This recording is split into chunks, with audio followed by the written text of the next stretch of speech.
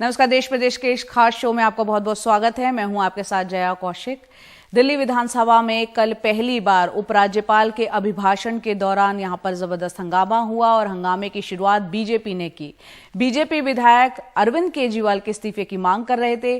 अभिभाषण में उपराज्यपाल ने दिल्ली सरकार के काम की जमकर तारीफ की, लेकिन बाहर निकलते ही उपराज्यपाल ने तंज भी कस दिया।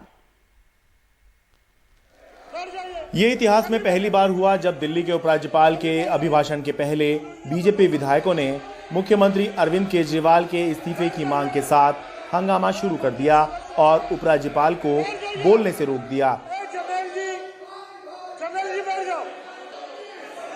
जवाब में आप विधायकों ने भी नारेबाजी की।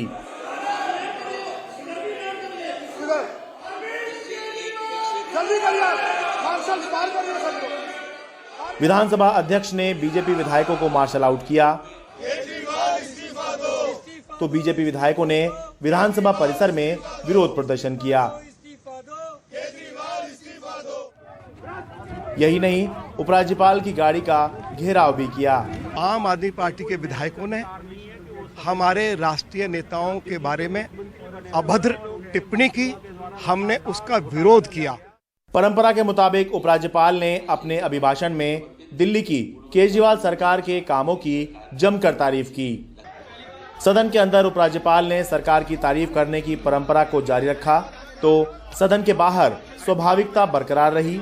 उपराज्यपाल ने केजरीवाल सरकार के साथ रिश्तों को लेकर तंज कसा। चाहूंगा, एक पेड़ ने बड़ी खूबसूरत बात कही है हवा के लिए, वो मैं यहाँ पर कहकर आपके सवाल का जवाब दे रहा हूँ कि रोज गिराती है पत्ते मेरे, फिर भी हवाओं से टूटते नहीं रिश्ते मेरे।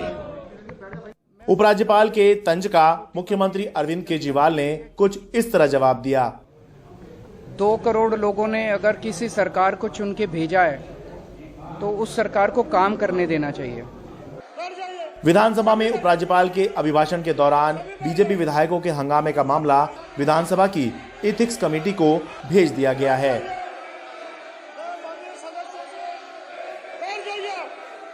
अगर उपराज्यपाल के सामने आम आदमी पार्टी के विधायक हंगामा करते तो एक सामान्य सी बात लगती, लेकिन हंगामा बीजेपी विधायकों ने किया है, इसलिए ये चौंकाने वाली बात है। लेकिन क्योंकि ये चौंकाने वाली बात है इसलिए तो खबर है। दिल्ली से अपने कैमरा सहयोगी राकेश सिंह के साथ मैं शरद शर्मा, एनडीटीवी इंडिया। मनीष सिसोदिया को कोर्ट ने एक बार फिर से 5 दिन की ईडी कस्टडी में भेज दिया है। अदालत में ईडी ने दावा किया कि उनकी जांच जो है वो एक अहम मोड़ पर आ गई है, इसलिए मनीष सिसोदिया की और कस्टडी दी जाए। जबकि मनीष सिसोदिया के वकीलों ने कहा कि इससे पहले भी 7 दिनों में कुल 11 घंटे की पूछताछ हुई है, ऐसे में और रिमांड की जरूरत नहीं।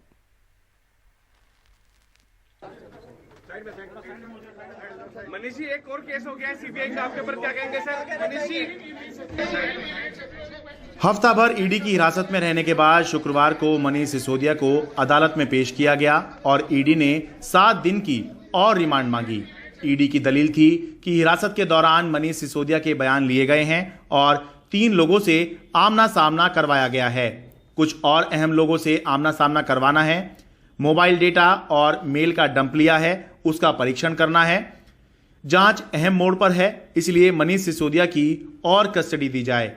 मनीष सिसोदिया के वकीलों ने ईडी की मांग का विरोध किया और कहा, क्या ईडी सीबीआई की प्रॉक्सी एजेंसी के रूप में काम कर रही है? ईडी को बताना होगा कि अपराध के सबूत कहां हैं, ये नहीं कि अपराध क्या हुआ है। 7 दिन में ईडी ने कुल 11 घंटे की पूछताछ की और 4 लोगों से आमना सामना करवाया। आमना सामना करवाने के लिए हिरासत की जरूरत नहीं होती, उसके लिए समन भेजकर बुलाया जा सकता है। आज अदालत ने फिर से 5 दिन की रिमांड स्वीकृत की गई है, लेकिन ये पूरा मामला, जैसा हम लोग पहले दिन से कह रहे हैं,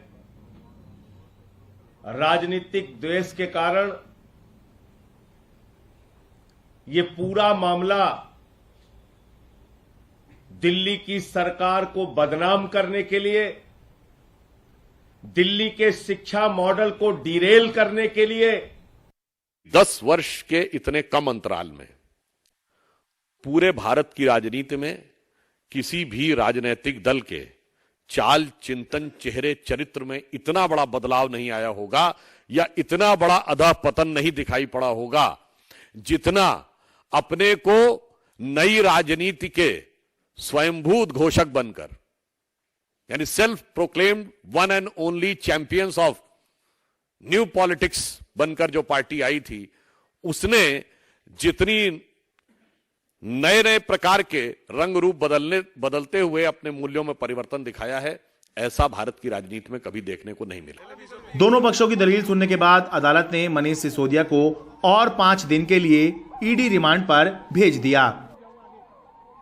इस मामले में अगली सुनवाई 22 मार्च को होगी, जबकि इसी मामले में जो सीबीआई ने मनीष सिसोदिया पर केस दर्ज किया हुआ है, उसमें मनीष सिसोदिया की जमानत पर सुनवाई 21 मार्च को होगी। दिल्ली से अपने कैमरा सहयोगी राकेश सिंह के साथ मैं शरद शर्मा, एनडीटीवी इंडिया। कोलकाता में समाजवादी पार्टी के अध्यक्ष अखिलेश यादव ने मुख्यमंत्री ममता बनर्जी से मुलाकात की और इस मुलाकात को 2024 के चुनाव के लिए गैर कांग्रेसी मोर्चा तैयार करने की एक कवायद के तौर पर देखा जा रहा है। मुलाकात के बाद समाजवादी पार्टी के अध्यक्ष अखिलेश यादव ने कहा कि कांग्रेस अपनी भूमिका खुद तय करे, लेकिन कई राज्यों के मुख्यमंत्री कोशिश कर रहे हैं। उस गठबंधन का नाम बाद में तय किया जाएगा, लेकिन कोशिश लगातार चल रही है। कांग्रेस अपनी भूमिका तय करे। इधर बहुत सारे प्रदेश के जो मुख्यमंत्री आज हैं वो कोशिश कर रहे हैं कि कोई न कोई एक ऐसा गठबंधन हो, नाम हम कुछ भी दे सकते हैं, लेकिन मिल करके सब काम करें। और जहां तक सवाल नाम का है वो बाद में तय किया जाएगा। तेलंगाना के मुख्यमंत्री कोशिश कर रहे हैं, नीतीश कुमार जी बिहार के कोशिश कर रहे हैं, स्टालिन भी कोशिश कर रहे हैं, आदरणीय ममता दीदी भी कोशिश कर रही हैं। तो ये प्रयास लगातार चल रहा है और मुझे उम्मीद है कि ये प्रयास सफल हो। स्वाभाविक है, क्योंकि मीटिंग में ये बात जरूर आएगी। 24 का चुनाव दिल्ली का चुनाव है और ये सवाल जरूर मीटिंग में होगा। मैं समझता हूँ वरिष्ठ लीडर्स हैं, कुछ न कुछ राय और सुझाव जरूर देंगे। देखिए, इन क्षेत्रीय दलों का कहना है कि बीजेपी को टक्कर देने में कांग्रेस असफल रहा है और अगर बीजेपी के खिलाफ लड़ना है और 2024 के लोकसभा चुनाव में बीजेपी को टक्कर देना है तो इनको कांग्रेस को दूर रखकर अपना जो गठबंधन है वो बनाना पड़ेगा। उनका जो इसके पीछे कारण है वो बताते हैं, जो संसद में हुआ वही आप अगर सामने रखे कि कांग्रेस को इस्तेमाल करके कैसे बीजेपी ने पार्लियामेंट को रोक दिया। राहुल गांधी का जो बयान था कैम्ब्रिज में, उसको लेकर बीजेपी ने पार्लियामेंट में रोक लगाई, लेकिन इसमें जो क्षेत्रीय दल है उनका भी बोलने का समय जो है पार्लियामेंट में, वो संसद में, वो नहीं मिला उनको। और उनका कहना है, इन क्षेत्रीय दलों का कहना है कि जब राहुल गांधी ऑपोजिशन का फेस बन जाते हैं और जब कांग्रेस प्रिंसिपल ऑपोजिशन पार्टी बनते हैं, तब राहुल गांधी फेस बन जाते हैं, तब बीजेपी को फायदा होता है। तो वो ये फायदा बीजेपी को नहीं देना चाहते। वो कहते हैं कि राहुल गांधी और कांग्रेस को दूर रखकर हम अगर कोई फ्रंट बना सके तो बीजेपी के खिलाफ लड़ने में हमारा चांसेस और बीजेपी को टक्कर देने में हमें सफलता ज्यादा मिल सकती है। और इसी बात को लेकर ये बातचीत चल रही है। आज अखिलेश यादव से ममता बनर्जी मिले हैं यहाँ उनके घर पे कालीघाट, कोलकाता में। कालीघाट का मंदिर मेरे पीछे है और आने वाले दिनों में अगले हफ्ते ममता बनर्जी का उड़ीसा भुवनेश्वर जाने का प्लान्स है और वहां नवीन पटनायक से भी बातचीत करने की एक संभावना है। और नवीन पटनायक पहले से ही कह चुके हैं कि वो ना तो कांग्रेस के साथ है ना तो बीजेपी के साथ है। अब इसमें अखिलेश यादव भी जुड़ गया है और ममता बनर्जी भी जुड़ गया है। आप आम आदमी पार्टी भी जुड़ सकते हैं। तो कई सारे दल है जो मानते हैं कि कांग्रेस को दूर रखकर एक ऑपोजिशन फ्रंट बनाया जाता है, लेकिन वो इन्हें इस फ्रंट को थर्ड फ्रंट कहने से इनकार कर रहे हैं और कह रहे हैं कि ये ऐसा नहीं है। कांग्रेस जहां बीजेपी के साथ अपने दम पर लड़ सकते हैं वो लड़ेंगे, लेकिन हमारे जो रीजनल क्षेत्रीय दल है वो बीजेपी के खिलाफ एक साथ होकर लड़ेंगे जहां हमारी ताकत ज्यादा है।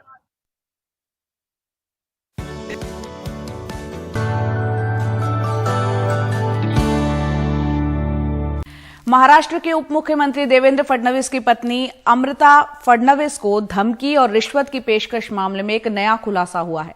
अदालत में आरोपी की रिमांड के लिए सुनवाई के दौरान सरकारी वकील ने बताया कि आरोपी ने अमृता फडणवीस को भेजे वीडियो और मैसेज डिलीट करने के बदले में 10 करोड़ रुपए की मांग की थी। सरकारी वकील ने यह भी दावा किया कि मामले में राजनीतिक कनेक्शन की जांच करनी चाहिए। अनिक्षा अनिल जयसिंघानी जिसने उप मुख्यमंत्री देवेंद्र फडणवीस की पत्नी से नजदीकी बनाने के लिए खुद को फैशन डिजाइनर बताया था। आज अदालत में उसके वकील ने दावा किया कि वो कानून की छात्रा है। इसके पहले अदालत में सरकारी वकील ने बताया कि शिकायतकर्ता के पति पब्लिक सर्वेंट हैं, इसलिए प्रिवेंशन ऑफ करप्शन एक्ट की धारा 8 और 12 के तहत और आईपीसी की धारा 120 और 385 के तहत मामला दर्ज किया गया है। अनिक्षा ने अपने पिता को छुड़वाने के लिए पहले 1 करोड़ रिश्वत की पेशकश की थी, लेकिन जब उन्होंने मना कर दिया तब एक अज्ञात फोन नंबर से 22 वीडियो, 3 वॉइस नोट, कुछ स्क्रीनशॉट्स मिलाकर कुल 40 मैसेज भेजे और उनको डिलीट करने के बदले 10 करोड़ रुपए की मांग की।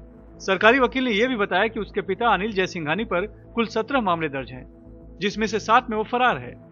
कोर्ट से भगोड़ा घोषित किया जा चुका है। उसकी बेटी अनिक्षा ने जिस तरह से मामले में भूमिका निभाई और बर्ताव किया है, उससे ये साफ पता चलता है कि वो अपने पिता के संपर्क में है और उसे पता है कि वो कहां छिपा है। सरकारी वकील ने 7 दिन की पुलिस रिमांड की मांग करते हुए यह भी दावा किया कि मामले में राजनीतिक कनेक्शन की जांच करनी है। गौरतलब है कि गुरुवार को विधानसभा में बोलते समय खुद देवेंद्र फडणवीस ने भी कहा था कि बातचीत के दौरान उसने कई पुलिस वाले और नेताओं के नाम लिए थे। इतनी सारी बातें रिकॉर्ड पर आई है, कई नेताओं के नाम आए हैं, कुछ अधिकारियों के नाम आए हैं और ऐसा मानना है कि शायद एमबीए की सरकार ने अपनी केसेस वापस लेने के लिए इस कॉन्स्पिरेसी की शुरुआत उन्होंने की थी और सरकार बदल गई, तब उनके ध्यान में आया कि अब ब्लैकमेल करके हम अपनी केसेस वापस ले सकते हैं।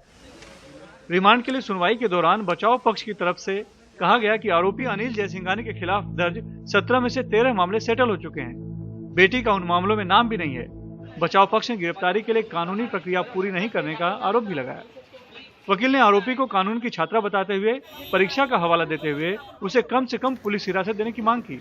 दोनों पक्षों की दलीलें सुनने के बाद अदालत ने आरोपी अनिक्षा को 21 मार्च तक पुलिस हिरासत में भेज दिया। मामले में अभी सिर्फ बेटी अनिक्षा गिरफ्तार है, लेकिन असली खिलाड़ी पिता अनिल जयसिंघानी अब भी फरार है। पुलिस के लिए उसे पकड़ना बड़ी चुनौती तो है, लेकिन एक बड़ा सवाल भी है, क्योंकि जब भी वो पकड़ा जाएगा न जाने कितने नेताओं और पुलिस वालों के चेहरे बेनकाब होंगे। मुंबई से कैमरामैन अशोक महाटी के साथ सुनील सिंह, एनडीटीवी इंडिया के।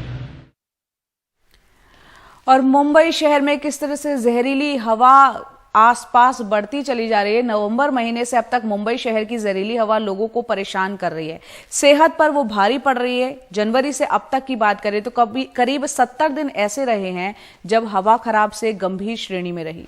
अस्पताल प्रदूषण से हो रही बीमारियों के मरीजों से उस पटा पड़ा चला जा रहा है, बढ़ती चले जा रही है ऐसे मरीजों की तादाद। मुंबई शहर में ऐसी करीब 5000 कंस्ट्रक्शन साइट्स बताई जा रही हैं। दिन रात चल रहे इस काम में उड़ रही धूल शहर की हवा जहरीली कर चुकी है। मुंबई कर बेहद परेशान है। ब्रोंकाइटिस प्रॉब्लम जो पहले नहीं था, अभी बच्चों को ज्यादा से ज्यादा बढ़ने लगा है। वो पहले तो कितना खांसी हो रहा है बच्चों को, लंबी खांसी 1.5 months खत्म ही नहीं हो रहा है। They should have taken in some places at time and then some other places. ऐसा नहीं है एक ही साथ में सब जगह किया। So it is a problem for everyone. Breathing में प्रॉब्लम तो होती है, क्रॉनिक जैसे रेस्पिरेटरी डिजीजेस ज़्यादा होते हैं। जैसे कंस्ट्रक्शन बहुत ही हो रहा है, तो they should limit that, see that जितना चाहिए उतना ही करे। वो फ्रीक्वेंटली बीमार पड़ रहे हैं बच्चे लोग कि 15 दिन में, महीने में 15 दिन 10 दिन ऐसा आते हैं बच्चे लोग बहुत एब्सेंट होने लगे हैं। वायु मानक संस्था सफर इंडिया के अनुसार नवंबर से फरवरी के बीच मुंबई में ऐसे करीब 70 दिन देखे गए जब हवा की गुणवत्ता खराब से गंभीर यानी AQI 200 से 400 के बीच रही, जबकि पिछले साल ऐसे 28 दिन थे जब हवा जहरीली थी। तो बीते साल की तुलना में प्रदूषण में करीब 150% से ज्यादा वृद्धि देखी गई है। इस साल मुंबई में खराब और बेहद खराब दिन पिछली 3 सर्दियों की तुलना में दोगुने से भी ज्यादा थे। मुंबई की हवा में 71% से अधिक पार्टिकुलेट मैटर लोड का कारण निर्माण कार्यों की धूल को बताया जाता है।